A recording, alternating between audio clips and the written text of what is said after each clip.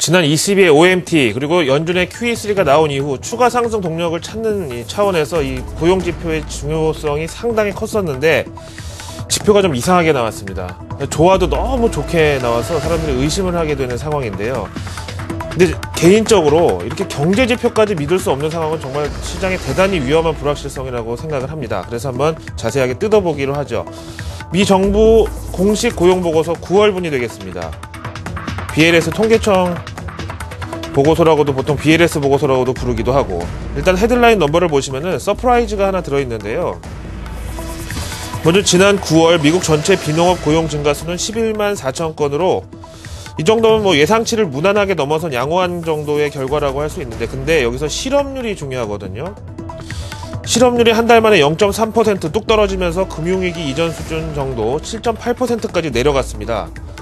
글쎄요, 이 0.3% 정도 하락은 큰 폭이라고 볼 수는 없지만은 지난 9월에 QE3 말고는 현실적으로 특별히 좋았던 일도 없었는데 이렇게 나오니까 그때 당시에 뭐 ISM 제조업 서비스업 지수도 그랬고 뭐 엠파이어 스테이트 지수도 그랬고 뭐 소비자 신뢰 지수 전부 다 그냥 그랬었거든요. 근데 이렇게 실업률이 뚝 떨어지니까 사람들이 처음에는 서프라이즈라고 막 좋아했다가 2차적인 반응이 이 뭔가 데이터가 좀 마사지 된 거 아닌가 의혹의 눈길로 옮겨갔는데요. 그래서 이에 따라 시장 반응도 솔직하게 지난 금요일 좀 뜨뜻미지근하게 끝났다. 심지어 나스닥은 하락 반전으로 마감을 했다. 이런 것이 설명이 되고요. 게다가 또 연준 QE3의 키를 쥐고 있는 실업률이 이렇게 먼저 꺾여버린 것이 시장 참여자들 입장에서는 크게 달가울 것은 없겠는데요. 그렇다면 뭐 도대체 어떻게 하다가 이런 결과가 나온 건지 항목별로 좀 살펴보기로 하시죠. 먼저 실업률 보시면은요. 지난달에는 보시면은 고용도 늘어난 데다가 구직 희망자 수가 0.4% 또 증가까지 하면서 꽤 많이 늘어났고, 구직 포기자 숫자는 전월 대비해서 눈에 띄게 또 줄어든 것으로 나타났습니다. 그래서 뭔가 산수로 봤을 때는 하자 없이 맞아 들어가지만 논리적으로 조금 이해가 힘든 상황이죠. 그 전달만 해도 고용이 조금 늘었지만 구직 포기자 수가 늘면서 실업자 수 감소 효과가 더 컸다고 분석이 가능했지만 이번엔 그런 것도 또 안 통하는 상황이거든요. 또 밑에 보시면은 10대 그러니까 16세에서 19세까지 보통 이제 뭐 우리말로 알바도 영어인가요? 하여튼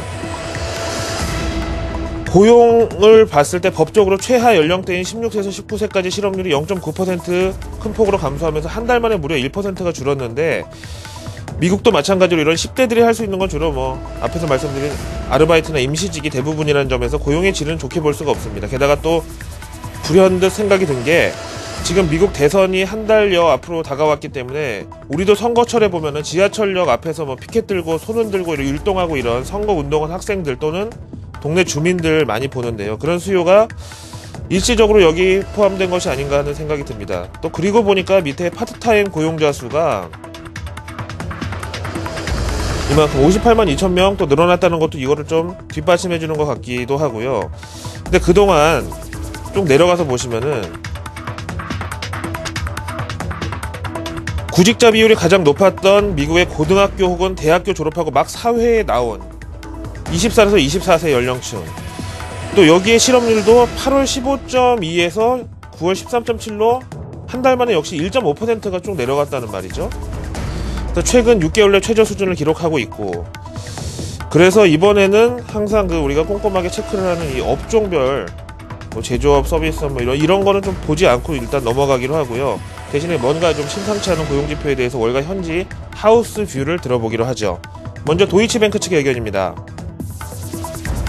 제네럴 일렉트릭스의 전 창업자 잭 웰치를 비롯해서 이번 실업률 조작 의혹에 대해 제기를 한 사람들이 많았는데 여기에 대한 풀이입니다. 이번 고용보고서상 파트타임 그리고 젊은층 고용 증가는 미 대선을 앞두고 선거 캠프에서 대부분 일자리가 이쪽으로 충당된 것으로 보인다면서 여기에는 오바마 대통령과 민주당 롬니 후보가 이끄는 공화당 둘 다 기여를 한 것이다. 근데 이는 매번 대선 때마다 있어왔던 현상으로 이번 실업률 하락은 다분히 인위적인 느낌이 있다라고 강조했습니다. 반면 월가 하우스 중에서 친시장적이면서도 브랜드 가치는 거의 뭐 최상급에 해당하죠. 골드만삭스에서는 그렇지 않다.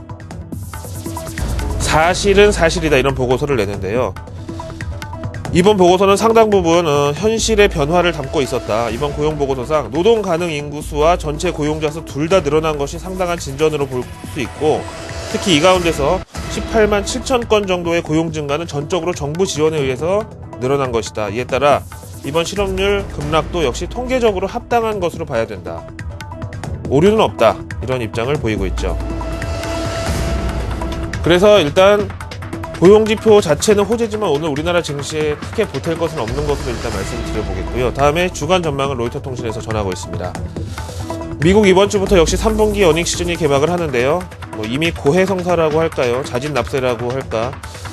미국에 본사를 두고 있는 글로벌 운송업체 페덱스와 기술업종 시가총액 1위 튠렛 패커드가 이번 어닝 시즌을 앞두고 한 발 앞서서 실적 전망을 하향하면서 일단 기대치를 눌러놓은 상황입니다. 우리나라 삼성전자 경우는 예외라고 봐야 되겠지만 미국의 분위기는요, 전반적으로 이번에는 좀 각오를 하는 게 좋겠다 이런 분위기인데요.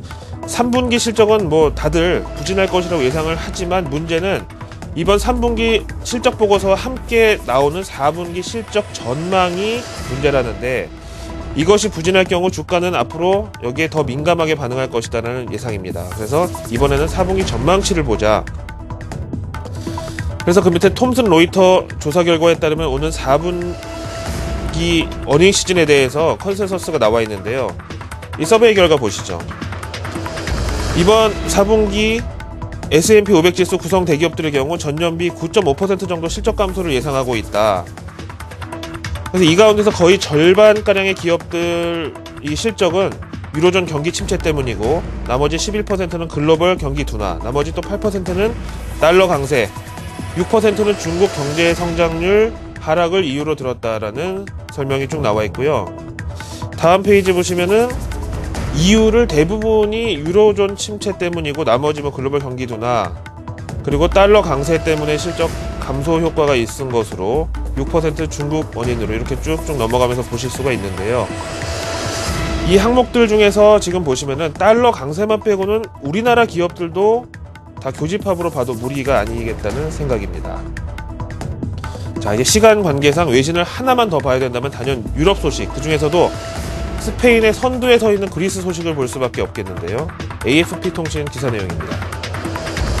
이르면 오늘 월요일 그리스 구제자금 협상이 타결될 수도 있다는 그리스 현지 재무장관 인터뷰 내용을 지난 주말에 소개해드렸지만, 일단 지금 현지 상황 봤을 때는 오늘 타결이라는 이 가능성은 조금 희망을 내려놓는 게 맞을 것 같고, 이에 독일의 앙겔라 메르켈 총리는 현지 시간으로 화요일 그리스 방문 일정을 잡아놓고 있는데, 이때 뭔가 일어나겠다 이런 기대감이 있다는 거죠.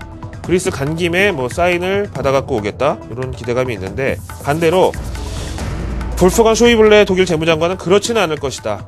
그리스가 먼저 약속을 지켜야지 우리도 여기에 따른다 라고 강조를 했다는 점, 이게 바로 불확실성인 거죠. 네 글자로 줄여서 정리했습니다. 마지막으로 MSCI 한국지수 고용지표 자체의 호전에도 불구하고 우리나라 증시 오늘 특별히 보탤 것은 없다고 말씀드렸고요. 60선이 코스피 2000선 위에 자리 잡는 확실한 바로미터로 보는데, 아직까지 외국인들 수심도 그렇지 않은 것 같고, 금요일 같은 날 한번 개장 초에 매수 우위, 순매수로 출발을 했지만 우리나라 수급 보면서 조금 뒤로 빼는 이 경향도 있고, 지금 그런 상황입니다. 오늘 월요일은 일단 지나가고 보는 게 맞겠네요. 네, 이번 주 첫날 글로벌 마켓 나오는 여기까지였습니다. 고맙습니다.